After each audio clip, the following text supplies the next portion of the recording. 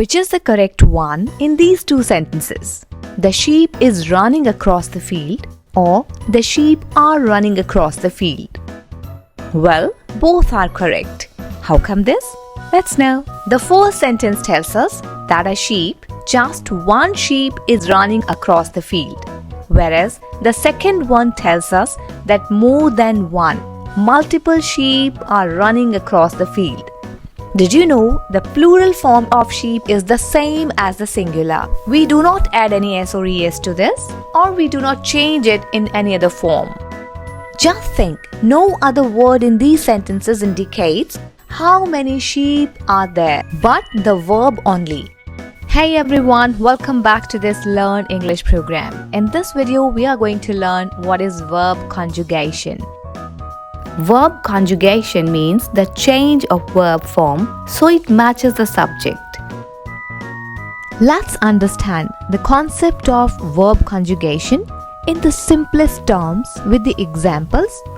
Isn't it a good idea to take up the sentences that we just discussed?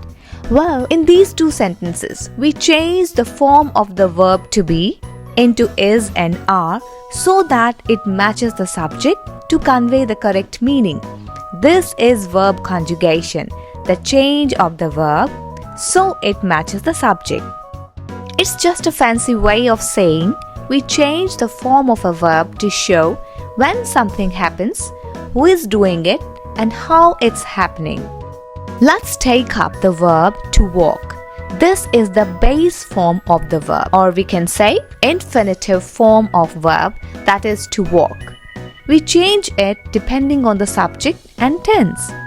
I walk. She walks. We walked.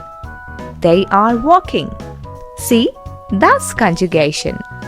And it is very important and significant to learn to convey the correct meaning, express the mood, time, tense, and voice of the sentence.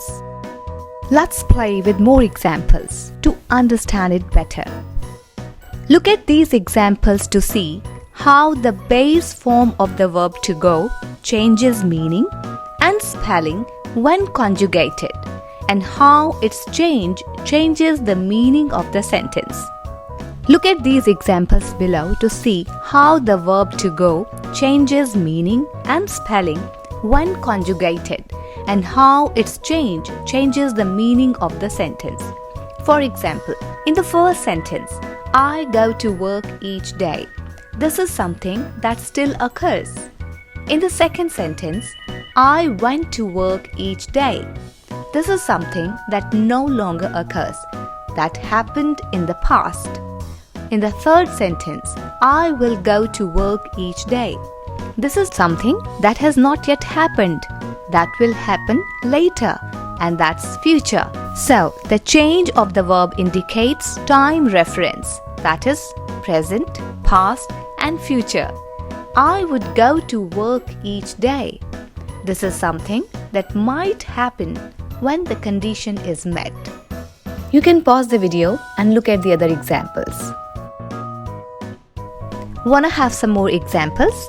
Okay, let's consider the verb to be and the examples of how it is conjugated into the present tense. I am 32 years old. You are a terrific football player. Acoustics is the study of the properties of sound. The sheep is running across the field. The sheep are running across the field. Did you remember something? Yes, we discussed these two sentences in the beginning of the lesson. Now I think you got it. What is verb conjugation? So, in simpler terms, the verb in the infinitive form or base form is conjugated to agree with the person, number, mood, and tense of the particular sentence. So we learned today the change of the verb is verb conjugation in English grammar. Why do we change it? We change the base form of the verb to match the subject, to express time, mood, aspect, and voice of the sentence. And this is verb conjugation in English grammar.